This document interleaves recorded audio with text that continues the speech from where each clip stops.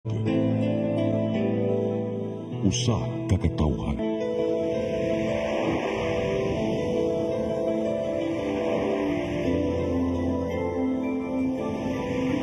Cebu Catholic Television Network.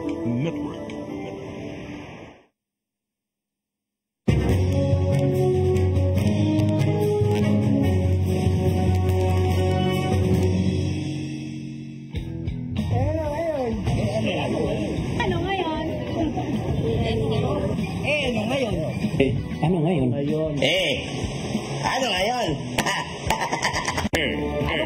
ngayon? Ano ngayon? Mga napapanahong isyo, bubusisiin.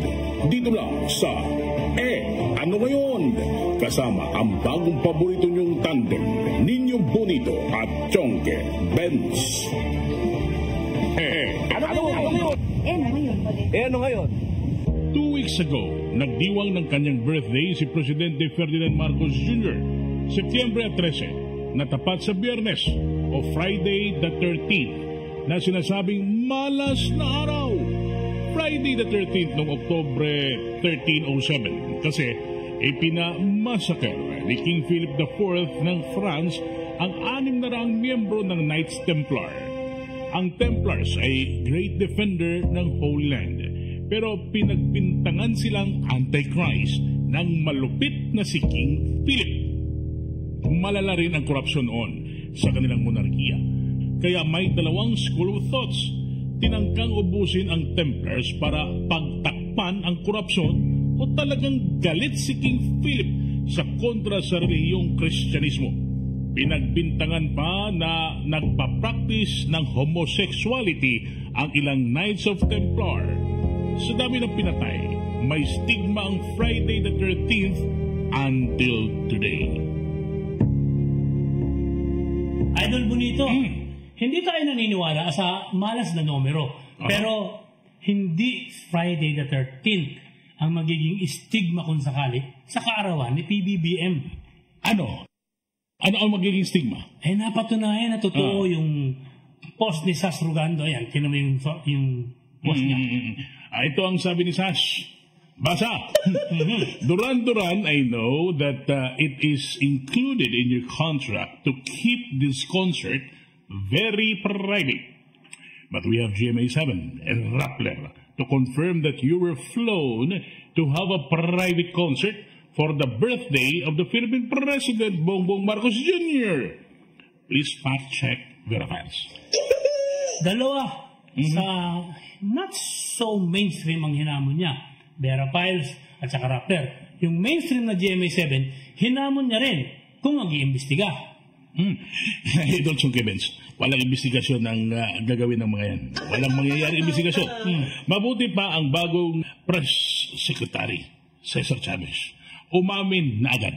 Yan ang maganda. Pero, Idol, 100 million pesos ang estimate na ginastos doon. Kasi ang laki ng talent ng Duran-Duran bukod sa ibang gastos. Sana hindi yung galing sa buwis natin. Sabi ni Secretary Chavez, kaibigan ni PBBM ang nagbayad sa Duran-Duran. Sabi naman ng bullshit na kapitbahay ko, mahilig si PBBM ng concert na Duran-Duran ay dapat daw Duran-Duran! Ay! Tus! Ibahin mo na nga, serious tayo eh. Seriously speaking, may hawig ang pangyayari. Noong 1307 at sa ngayon, yung pagmasakal sa Templars ay pagtatakip sa korupsyon sa monarkiya. Kaya inusig ang grupo na kakaiba ang pananampalataya. Oo nga, no? May tama ka. Hindi katoliko ang Kingdom of Jesus Christ ni Pastor Kibuloy. May sarili silang Bible interpretation. Unlike the Roman Catholic and preaching ng Pope, ang gospel truth nila.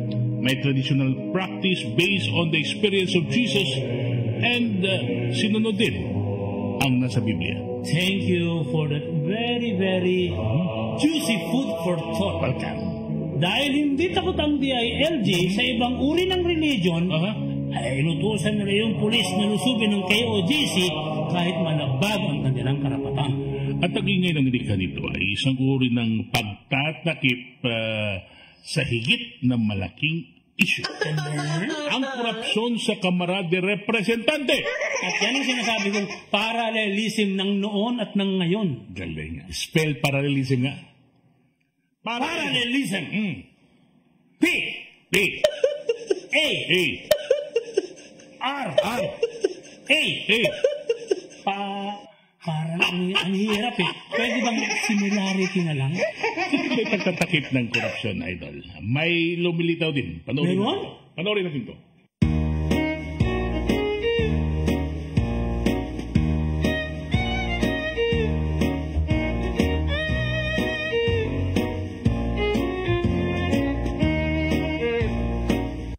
Ayan, question ng mga netizens, idol. Kung kaya bang bumili ng mamahaling alahas ang dating teacher na naging congressman? Sobro naman kayo. Baka naman binasag na puwet ng baso lang yun tapos ginawang alahas kayo naman. Puwet ng basag na baso? Oh. Inisa na dumugo na ang tenga at liig yan. Patalino yun. Mas mahal ang kanyang mga bata. Talaga? Milyones ang halaga. Oh? Sobra naman kayo. Taga Marikina yan. Di ba? Sa Marikina nang gagaling lahat ng magagandang uri ng balat ng hayop. Alay nyo, kinopya. Mahirap kopyahin ang oreg na bag, idol Chonky Benz. Hermes, Christian Dior, Chanel, na milyon ang halaga. Oh? Bag? Ano ang tawag sa taga-Congress na mahilig sa mamahaling bag? Ano? Nagpapabag-gets? Hindi lang bag, idol. Ang Rolex. 3 million pesos lang naman ang halaga. Eh, gusto nilang i-impit si BP Sara. Sa budget hearing, panay ang witch hunting. Etong si Madam Kimbo, iba ang estilo. Anong estilo niya? What's hunting? Mismo, pati yung relo niya, 4.5 million pesos lang naman, na Philip Patik. Ang mahal pala ng patik. Oo. Teka, kailan nagiging mura ang patik? Kailan? Kapag ito ay galing na sa pitik.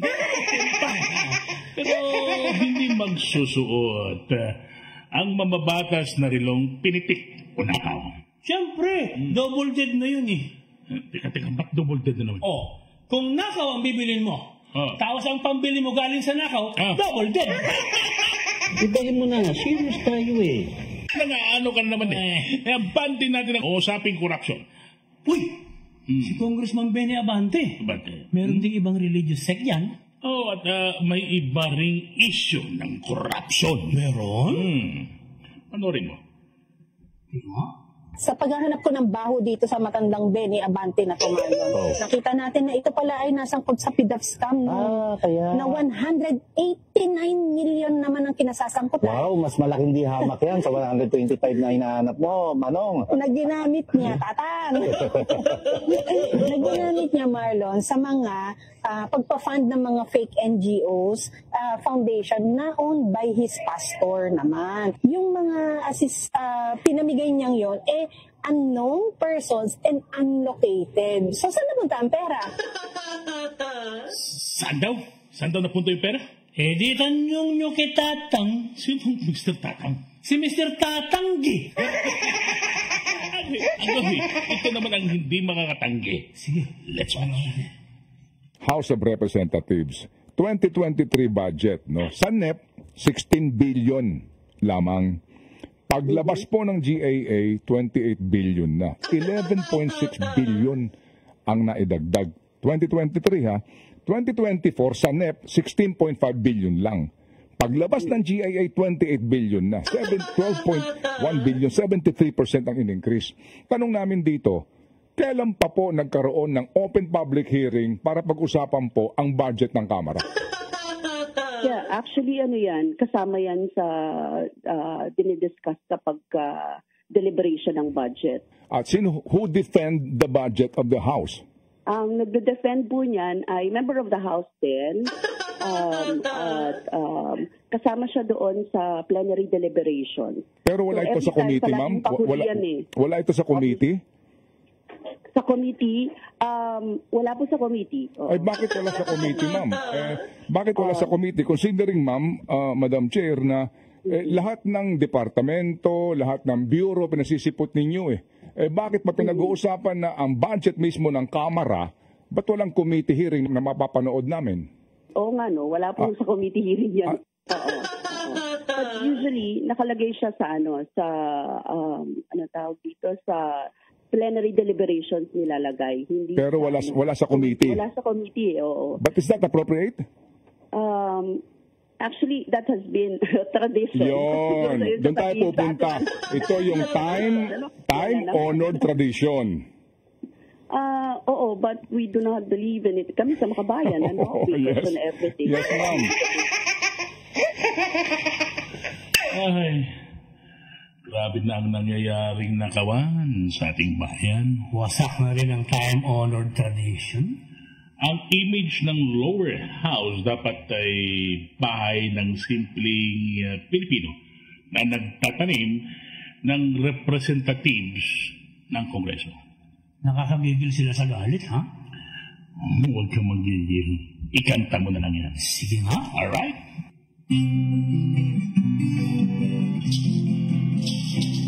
Bahay na kubo, dapat ang impresyon. Pero ang lower house, nagmisulang mensyon. Sa halaman doon, ay maraming lasyon. Nabibitat na potong, daan-daan milyon.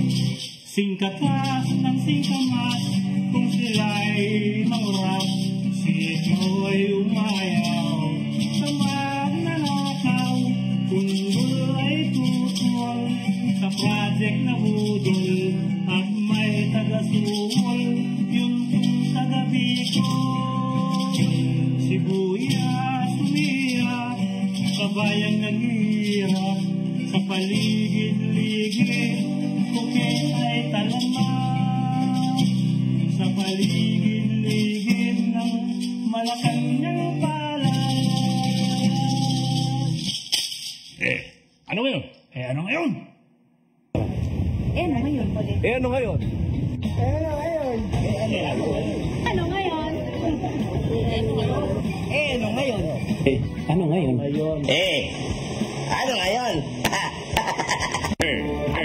ngayon? Ano ngayon?